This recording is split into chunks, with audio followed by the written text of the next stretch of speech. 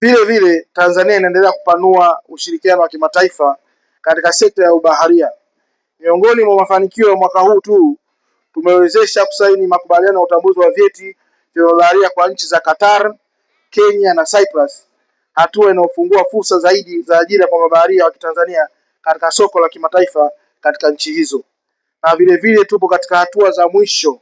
kabisa kusaini makubaliano kama hayo na nchi ya Oman na Liberia, ambapo tumeshakamilisha majadiliano na rasimu za mkataba zimekamilika, ziko Wizara ya Mambo, tukisubiri tu tarehe ya kusaini. Mbali na mafunzo na vyeti, serikali imeendelea kusimamia ustawi wa mabaharia kupitia utekelezaji wa kanuni za kazi za mabaharia chini ya mkataba wa kimataifa wa kazi na ajira za mabaharia, the Maritime Labour Convention wa mwaka 2006 ambao nchi yetu iliridhia mwaka 2020 na kuutungia kanuni za utekelezaji wake, ili kuhakikisha waajiri na watoa huduma za ajira katika za mabaharia wanazingatia haki za msingi za mabaharia, ikiwemo mikataba ya kazi, huduma za afya, mazingira salama ya kazi, muda wa kazi, kupunguza ubaguzi, mabaharia kupata likizo na ulinzi wa maslahi yao. Kwa kuzingatia changamoto za upatikanaji wa muda wa kazi melini kwa maarufu sea time, hasa kutokana na ufinyu wa umiliki wa meli wa ndani ya nchi zinazohudumu kimataifa,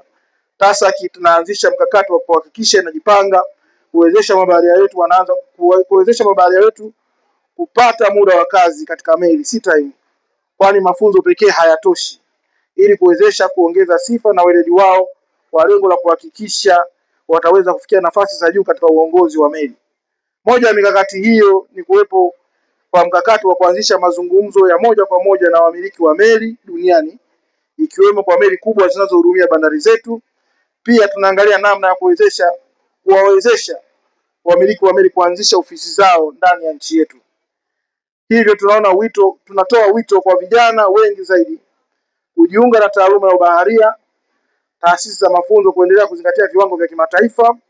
na waajiri kuendelea kulinda haki za mabaharia, na wadau wote kushirikiana katika kujenga sekta ya ubaharia yenye ushindani, salama na endelevu.